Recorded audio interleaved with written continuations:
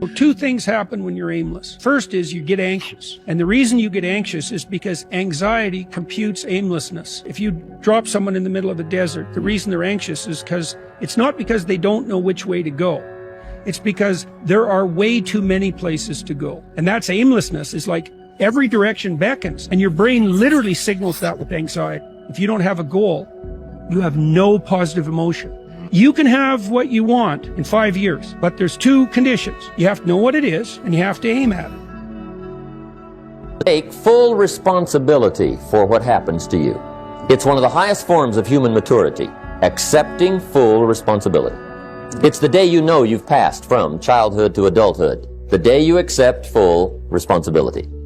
I used to have that long list of reasons why I wasn't doing well. I used to blame the government. I used to blame taxes. Look what you got left after they take everything. And they expect you to do well. I used to blame the weather. I blamed the traffic. I used to blame my car. I blamed the manufacturers. See, I used to blame everything outside. And then let me give you a little philosophy that helped turn my life around. For your notes, here it is. It's not what happens that determines the quality or the quantity of your life. It's not what happens. It's what you do that changes everything. Don't complain. Don't talk negative. That's average people talk normal. Average people talk problems. The greats talk solutions.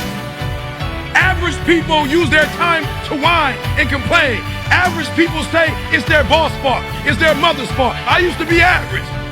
I used to say, when is my daddy coming to get me? When is my biological father gonna come in my life? And while I would talk like that, I ended up getting kicked out of school. And while I talk like that, I ended up being homeless. And while I talk like that, I was broke. And then one day I woke up and said, Eric, nobody's coming to save you. Nobody's coming to get you. But you can go to the library and get yourself.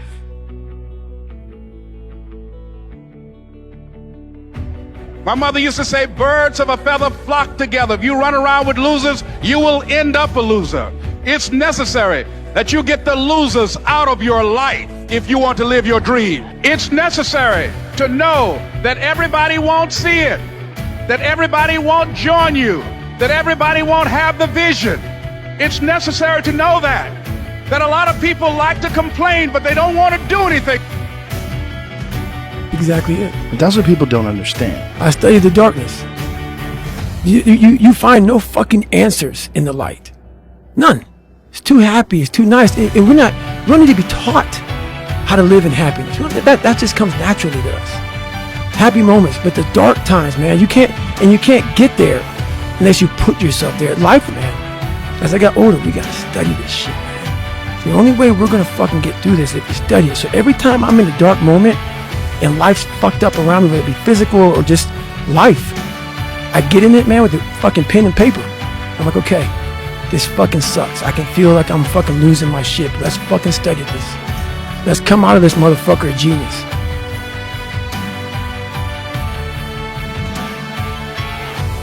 You learn things painfully. When you learn something painfully, a part of you has to die. That's the pain. You know, when a dream is shattered, for example, a huge part of you that constituted that dream, maybe even the biological substrate of that dream, has to be stripped away and burned. Life is a constant process of death and rebirth. And to participate in that fully is to allow yourself to be redeemed by it. And so the good is that process of death and rebirth, voluntarily undertaken. It's like you're not as good as you could be, so you let that part of you die. And if someone comes along and says, you know, there's some dead wood here, man, it needs to be burned off, you think, well, that stuff's still a bit alive. When that burns, it's gonna hurt. It's like, yeah, well, no kidding. But maybe the thing that emerges in its place is something better. And I think this is the secret of human beings. This is what we're like. The dark side of human nature has a lot of creativity, has a lot of energy. An artist has to have a dark side. You use your dark side because all those dark emotions, all the people that shat on you in your life, they inspire you. They create your best work. Don't run away from your shadow. Don't run away from your narcissism. Use it in a healthy way. Because one of the old metaphysical problems is, why would God allow evil into the world?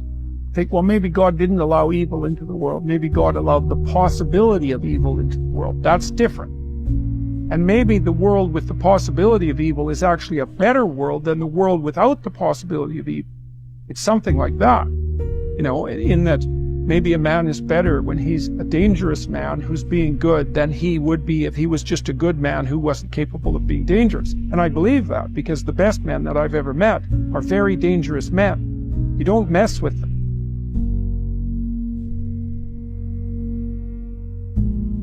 It was you. So you better figure out who the fuck you are. And those few people many people don't like you, so be it. But you first have to figure out you, because a lot of people die with a lot of untapped potential because they're trying to be somebody that they're not. Yeah. So I was able to figure out my own potential by figuring out me. You are a different character in the mind of each person who knows you, because their impression of you is made of the bare bones of what they've seen, fleshed out by their knowledge of themselves. That's from Gwynder Bogle. As you grow, you don't fit in with your friends, but this means that they don't fit in with you either. This causes a reaction from their side too. The hardest part of changing yourself isn't just improving your own habits, it's escaping the people who keep handing you your old costume. Others don't just remember who you were, they enforce it, which is why reinvention so often feels like trying to break out of a prison that you can't see. Psychologists call this dynamic an object relation. When people interact with you, they're not engaging with you in your full living complexity. They're dealing with the version of you that exists in their head. We don't just carry people as they are, we carry a mental sketch, which is why if you make a radical change, you'll usually meet resistance. Your transformation destabilizes the representation that the people around you are attached to. So they try to nudge you back into the familiar role that they know. In social psychology, self-verification theory shows that people prefer interactions that confirm what they already believe about themselves and about you. If you disrupt this script, you introduce friction.